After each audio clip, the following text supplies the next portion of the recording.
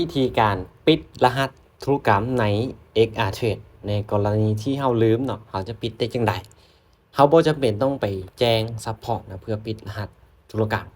ก็คือเราเข้ามาในระบบของ XRTrade ได้เลยมาปิดในระบบของ XRTrade ได้เลยนะให้เข้ามาที่3ขีดซ้ายมือ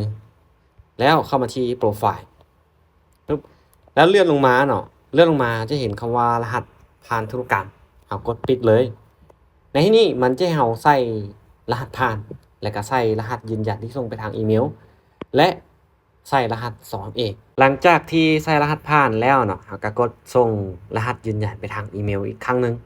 เราก็กดไปหลังจากที่กดแล้วเนาะไปเบิ่งในแอปของอีเมลได้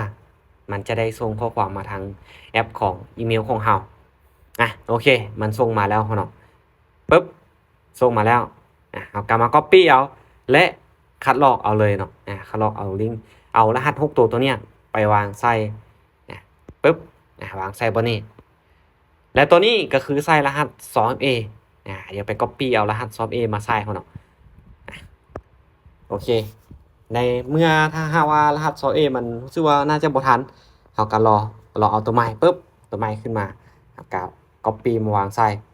กดคำว่าปิดใช้งานเลยโอเคเห็นปะก็ชื่อว่าปิดเป็นที่เรียบร้อยนะเราก็สามารถที่จะเปิดรหัสผ่านธุรกรรมใหม่